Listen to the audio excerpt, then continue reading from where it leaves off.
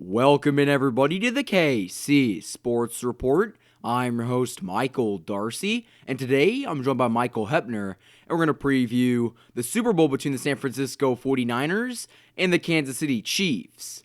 Chiefs Kingdom, it all comes down to this. Your Kansas City Chiefs advanced to play the San Francisco 49ers in Super Bowl 54.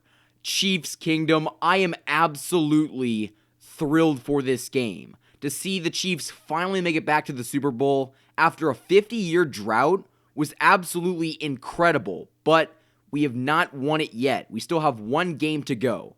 And as I've been saying all week, we've got one game to glory. And you know, Michael, I think this matchup is very much in the Chiefs' favor. They have to face a quarterback who used to play for the New England Patriots in Jimmy Garoppolo, a defense that is led by former Super Bowl winner Richard Sherman and a lot of other young guys, and this defensive line is filled with a bunch of first-round talent. So it's going to be a very exciting game, and I predict we could see a lot of points. But Michael, what do you think the Chiefs must do to secure a Super Bowl win? Everything they have done, minus a lot of stupid mistakes throughout the entire playoffs. Once you put that foot on the gas, offensively, don't take it off. Defensively, I don't care if you allow a touchdown here and there, but get enough stops so your offense can create some sort of distance and lead between the opponent. And then special teams, come up with some big plays. I mean, Nicole Hardman has been doing very well on special teams the last 2-3 games. It was the Chargers game, Week 17. They weren't doing too well, and then he got a touchdown kick return, and that kind of changed the landscape of the game. And from there, the Chiefs had the momentum and just crushed them. And then after that, the Texas game, when it was 28-0, a lot of people said it was that decision to fake the punt and go for it that changed the scope of the game. But I really think it was also his return, even though it wasn't a touchdown, but it was something to get that team going again. And I think that's what sparked it. So he's had some major plays on special teams, which have been huge. So if he can keep doing that too, it'll open up, opportunities for the offense to get energized and the defense, to get that momentum going and to hopefully get a win. Oh yeah, and I agree. That play in the divisional round of the playoffs, I think that changed the game entirely because you put up the Chiefs offense in great field position and they went on a score. But like you said, the Chiefs need to have some big play to kind of get this defense energized. Because one thing that I've noticed is the Chiefs' defense really feeds off of the electric offense. And the defense does just enough.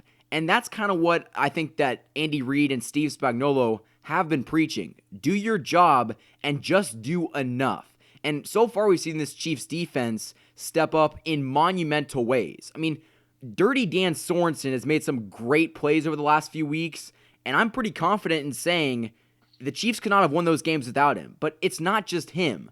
Other guys on this defense are really stepping up and making sure that this Chiefs team does not go home without a Lombardi.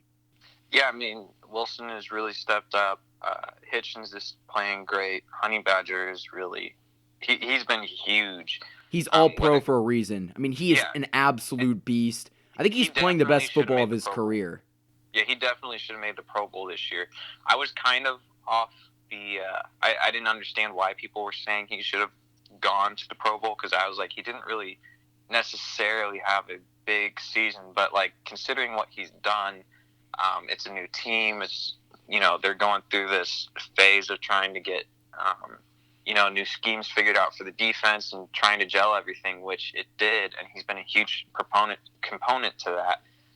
So I definitely think he's going to be a huge key on defense. I mean, whether it comes down to the run game, getting blitzes on Jimmy Garoppolo, or just dropping back into coverage. Yeah, I mean, it's pivotal for him to play well. And out of all honesty, he's been kind of inconsistent, I think, with the interceptions. He probably should have twice as many as he has had this season. He drops a lot, but hey, he drops, but he brings that championship swagger, which is so invaluable to a defense. And he has really brought on a new face. I mean, He said this in his post-game interview after winning the AFC Championship game. He believes, and I think I'm starting to believe it too, this Chiefs defense can bang it out with the rest of them. I mean, they're a physical unit, and that's going to mesh really well with a very good San Francisco offense. I mean, you got guys like George Kittle and Emmanuel Sanders and Deebo Samuel. I mean, those are all really good receivers, and I think that Tyrann Mathieu is going to play a very big role if the Chiefs want to win this game. But Michael, what do you think the Chiefs need to do to kind of offset the San Francisco 49ers? Because their defense is good, but what really scares me is that front four. I mean, they got Nick Bosa, they got D Ford, an old Chief, and they got a lot of guys that can really get after the quarterback. So do you think this Chiefs offensive line can step up to the test and stop those guys? Yeah, I mean, as critical as I have been of the offensive line throughout the season, I mean, there's been a lot of improvement. I think this postseason. Granted, I kind of got my wish, and it was not a good way for it to happen. But Wiley went down, so Wisniewski stepped up and was the guard. And I've noticed throughout the entire season that when he played, this offensive line seemed to play better. And a lot of the issues that this offense had was because of the offensive line. I mean, our run game was awful for the first half of this season, and it was mostly due to the offensive line not being able to block people, not being able to open up those holes for a running back to get through, not setting the edge against the defenders, and allowing a running back to get to the outside. But it'll be interesting to see how the game goes because, like you said, I think it's the 49ers have 5 first-round draft picks. 4 or 5 first-round draft picks. It's insane. Yeah.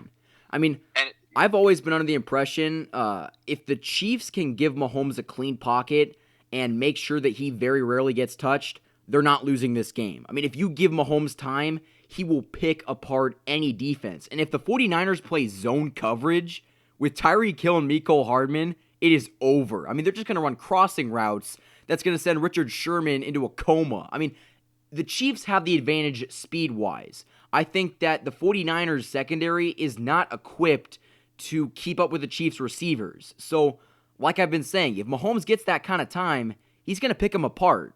Well, the interesting thing, too, about Patrick Mahomes is that it's not just his ability to pass, it's his ability to extend the plays, which we've seen throughout the playoffs. In the last 2 games, it's pretty much safe to say right now that he is the best quarterback in football. Even if he doesn't win the Super Bowl, I mean, it will probably kind of bring that conversation back to, whether he'd probably be top 2 at least. But if he wins the Super Bowl, he solidifies himself as the best quarterback in the league. Not of all time. He still has to continue to add to his resume, but it's definitely it's a huge game for him. Oh, I'll tell you one thing.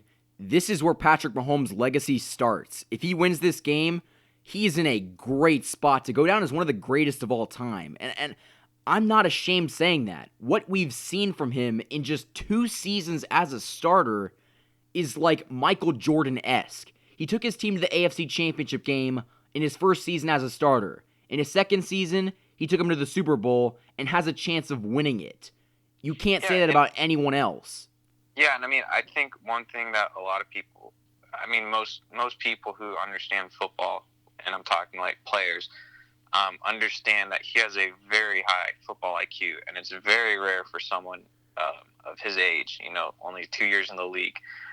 And being in a Andy Reid run offense is not easy because Andy Reid draws up, all these trick plays. When he's very demanding, too. Oh, yeah, and it's not easy for a quarterback to come in. And Mahomes was doing things last year that most rookie quarterbacks normally don't do because you're not going to go hand, an entire offense with all these different schemes, with all these different plays, with all these different looks. You're not going to go hand him everything in his first season because you're not going to want to put all that pressure on him. You want him to get a feel for what the NFL is like. You want to see if he can even play with just basic stuff because if he can't do basic stuff, how are you going to do the complicated?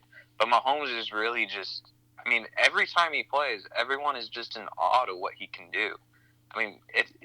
He's really defied all expectations. Everyone who is critical of him coming into the NFL saying this was an off move by the Chiefs, they should have picked up someone else. they're all eating their words now, and they all happily admit that they were wrong and are amazed by what he can do. I mean, he set the bar so high. Yeah, and what he's done the last few years has just been incredible. Some of the throws he's made. I mean, granted, he does have a great team, but at the same time, he makes them better. And that's a topic for a different video, because everybody's bashing him because he's got the best receivers, but you put Tom Brady on that team, and Tom Brady's not going to be able to make half the throws that Patrick Mahomes can. It's not about who's on the team. It's about throws being made. It's about the ability to extend plays. Everyone compares him to Aaron Rodgers, but he's not even like Aaron Rodgers. He's like the mixture of every quarterback that has ever played in the league. This is going to be a great Super Bowl, and honestly, it could come down to be one of the greats. So that is our preview of this game. We got a lot of Super Bowl content coming soon, so stay tuned for that. But hopefully if the Chiefs can execute correctly, they will be the team to win Super Bowl 54. Thank you, everybody, for listening. Don't forget to like and subscribe. If you guys like this video and want to support me, go click the link in the description and go support me on my Patreon. I would more than appreciate it. Thank you to Michael Hebner for joining me in this episode. Thank you, everybody, for listening to the KC Sports Report by Michael Darcy.